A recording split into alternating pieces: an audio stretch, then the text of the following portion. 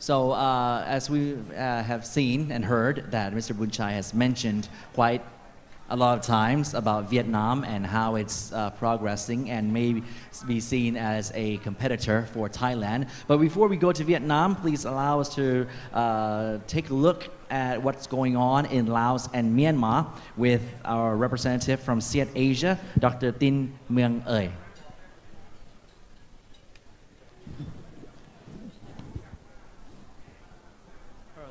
Thank you very much.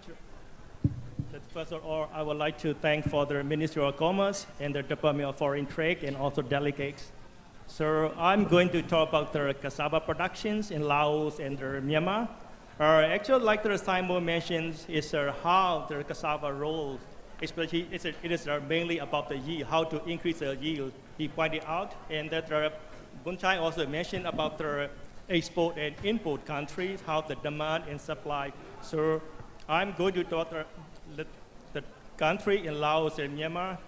Before I talking about the magic plants, where the magic plants coming from, we are from Asia. We think about the cassava is from Asia. Actually not. Cassava is grown from the Latin America, where our SEAT base located in the Latin America. So I'm showing the magic plant. Probably this magic plant is so-called the Rayon 9s. So why cassava can, we talking about the only root, actually cassava can be used for the, the leaf for the feed, also you can use for the stand, for the fuels. And then, sir, I'm a little bit touched about the cassava production in South Asia. You can see the very different colors, and the yellow and the deep red color. If you look at that, you can see the Thailands and the Cambodians and the Vietnam have more cassava, including Indonesia. At the same time, you can see there's in the China, you can see the southern China, Guangxi, even you can see the Yunnan, so you can see quite a lot of the cassava. So many people think that China is user country. Is most of the cassava produced in the other country used by China. Actually, China is one of the producer country in terms of the cassava productions. One thing, different things are, many part of China is very cold. The cassava doesn't like the cold weather. So this is one opportunity for South Asia country who can grow cassava in the tropical and the subtropical area. So just on top of the Laos and Myanmar, this is a very traditionally grown. This is a cassava. It's a subsistence crop. You can see. I showed the map of the Myanmar because a lot of the ethnicity in Myanmar, maybe 135 ethnicity. At the same time, in the Laos, you can see about the 60 or more than 60 ethnicity. So these grounders, especially in the mountain people, they use cassava for their, as their food crops, especially in the rice shortage. Because many people consider cassava is an industrial crop in the entire South Asia regions. So you can see the picture is from the Myanmar and the Laos, or how the cassava play the role in the the rural area. Also, you look at the yield is very low. So I'm going to talk why they get the low and how the magic plants are important for those kind of the community in this country. If you look at the traditional system, you can see they planting in the wide range of the soil. So that means sandy soil, heavy soils, very traditional method. Also, they have a locally available variety, so very old variety they grow is. In generally, they could not apply any input. That means the fertilizer, labor, weedicide, mechanizations. Yeah. So it's normally they have a very low yield, and especially for the soil degradation. So you can see in some variety in Myanmar. So you can see that they have a very different name, Pankau, Hintada, Luka. I think one thing you can see in the Shui Pita in the food one. This is maybe probably the very look like to the Rayon 1 variety. So what I mean is the farmer, they grow their variety and they call the such a different names. And then you can see the farmer in Laos, in Myanmar, many times they grow cassava, grow on the very marginal soils. So there are many issues coming up. So, and then people blame that because of the cassava, we destroy the forest. I'm not quite sure this cassava to the land. In many cases, in the Myanmar, in the Laos, timber extraction first, and later on they put the upland rice or the maize, and later on cassava. So anyway, I'll be sure this picture is many farmers grew cassava on the sloping lands. So even this picture, also you can see that this is a very potential soil erosion. It is very important for the country, for the natural resource management. Another thing, very contrast, is I showed in the first slide, many smallholder farmers grow cassava in Laos and Myanmar. At the same time, you can see the very large concessions and very, there are commercial plantations going on. So they use a lot of their heavy mechanizations, and you can see how they destroy the land is going on. So it's a current production system. The picture comes from the very north of the Myanmar. This is very close to the China. So now cassava grew under industrial use or for the starch, alcohol. So cassava has become a cash crop for the many smallholder farmer. But anyway, there are many, the farmer or grower didn't apply an optimal input. That means the fertilizer or agrochemical or credit or labor. So issue is how we can sustain the agricultural system in the country. So we know that this is the first in the Thailand and second in the Vietnam for export. If you see that there's three countries, Cambodia, Laos, and Myanmar, you can see how the big production came up from the 2004 to the 2010s. Yeah, especially in the Cambodia, very sharply the expansion of the cassava area.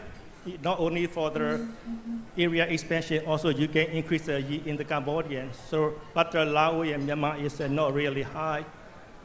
But I want to show normally when we grow the cassava, we have to deal with the land. So what kind of land cassava grow? You can see in the two countries, most of the land cassava growing soils are too infertile. For the other food crops, you cannot grow the upland rice or maize. So it's already depleted by other crops, and then they can use the cassava for their, their food or feed or fuels. Yeah. So you can see the kind of things, but I want to show that there's a constraint, cassava protection constraint in the things is that many farmers grow the local varieties. So that means how in the Thai variety can help for the increase the yield productions, okay? Even you can see the poor soil, so they have less input. How the private settle from even the domestic or even the Thailand or other countries, how they can help. So you can see that kind of things. Also, when they growing cassava, also not very systematic, so they have different spacings. I will show you later on. Also, there are many farmers or many growers, even the investors have a little knowledge about how to grow cassava better. Okay? So also like Mr. Bunchai mentioned in 2009, they have in the kind of the insect called milliput in the Thailand. At the same time, they also, like us, not come alone. They come with a friend, so they have a lot of the new disease and pests, not only in the country, across the region. So a lot of the emerging pests and disease also have a problem, so challenging. Or anyway, they usually have a very low yield and they're very, degraded soils. Okay. So I want to show that this slides from the mountain methods. They grow in the lower Myanmar, so they grow like this. And also they have a different kind of the plant population. They may be affect for the productions and then also the processing. So I want to show this kind of data. We get it from the Ministry of Agriculture for Laos, cassava area yield production in Laos. So there's not maybe very I cannot say this is a very accurate data, but I think that many data are underestimate the production area. But anyway, if you show the line, you can see that the Laos, you can see the northern Laos, central Laos, and the southern Laos. Most of the, the cassava growing area is the central Laos, Bolikamsai, and also you can see the Saraburi close to the Thai. Okay, this is a red color I shown this cassava in Laos. If you look at in the Myanmar, you can see that's a different area. If interested in the two areas, is the Ayeyarwady Valley Delta. So many smallholder farmers grow. At the same time, you can see in the Kachin State in the northern Myanmar, they have a larger commercial plantations. So I don't want to go very detailed, but I think that this kind of, in my feeling, is this is underestimate the area because I look at the Myanmar border with the China. Many people grow the cassava and they export to the Yunnan province. At the same time, if you look at the southern Myanmar, many farmers grow cassava and they send to the Thailand side. So anyway, what I want to show you, wherever you deal with cassava business, how much land area available. In many cases, in the Southeast Asia, the land is shrinking, but in the Myanmar state, they have available land for the crops. It's more than 5 million hectares. So this is still available there. So this is the opportunity for the Thai community to work in the neighboring country. So if you look at the production system in the Laos and Myanmar, production stays small but expanding, if I showed you before. Also industry coming, so you can see the left picture from is coming from the Myanmar. It's a very, I have to say they are the very old fashion methods. So even that they may say that like the small, medium, large production, but I think that even the large is about 5 or 10 tons per hectare a day. I think that you know what we talk more. But at the same time, you can see in the north, there's a very fully automatic, I think one of the largest factory in the Myanmar. So even the one production line is 350 starch a day. So they have three processing line. So in the Myanmar, it's very contrast. You can see the many smallholder farmers, many smallholder processors. At the same time, very commercial plantation and very larger, the industry in the country. And then what I want to show you, if you did the cassava business and we have to deal with the land resources, at the same time we have to deal with the weather. You may notice that there are many crops we grow in only uplands. So how the weather change and how we can cope with the kind of the weather change in the regions. Also, there are many decision makers worry about the rice. So many people, they think cassava will replace rice. I'm not quite sure because in general speaking, the rice, lowland, paddy land, they need the water a lot. So they like water. In the cassava, they doesn't like the wet feed. So it's a very two different nature. But in the upland, you can see this picture, okay? So it's even the very drought season cassava can grow. So what I want to show this picture is we tested in the Laos how we tested the different kind of variety from Laos, even from Laos, from the Thai, and from the Indonesia and from China. If I look at the data, you can see the top 3 variety that's coming from the Thailand, from the KU50, very popular variety in the Rayon 90 and Rayon 72. So even we tested in the Thai variety and other Vietnamese variety in Myanmar, you can see most of the variety is Thai variety. They provide a quite good yield. So in my opinion, it's very positive. So even look at the two countries, Laos and Myanmar, even that if you have the right variety and the right input, probably you can get the plus or minus 30 tons per hectare. So we can increase a lot of yield. So, so I want to say there more about the demand. Already Boon Chye and already Simon talk about the demand. But I want to say that the demand is not only in the domestic, also the export. There are other countries, especially in China, Thailand, and the Vietnams. So I want to show you is at the moment in the both countries, the government have promoted contract farming as a vehicle for the rural development. So that's why I can see how the Thailand business sector can help the fair trade and the fair contract with the smallholder farmer in both countries. So I want to share this one. This is a very great potential. I have to say that a lot of the challenges there, but I think there's a very positive and great potential for smallholder farmers, and also whether the buyer or the trader or investor for the contract farming. It's a very, very significant benefit for both parties.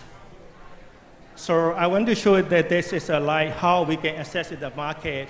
So that you can see the very top, the old time is a very low access.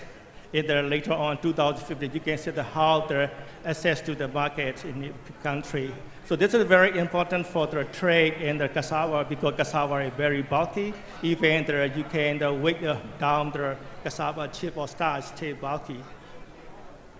So that's last picture, last slide probably, I think. So this is a very important in public and private sector. So I think they're very, very important to develop the agriculture sector in not only for the both country, also in the regions.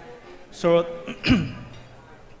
so this is why the dissemination of the quality seeds, especially from the Thailand, so how we can provide to the neighboring country, even import agrochemicals, also technical inputs, so our market information. So I want to say, for me, working with the CED, in the CED also can offer for the regions. We have a lot of the germplasms, so we have a different character of the plant type, different starch quality, and also we have technical assistance. So also the CED is willing to provide, not only for the Myanmar and Laos, so the whole regions.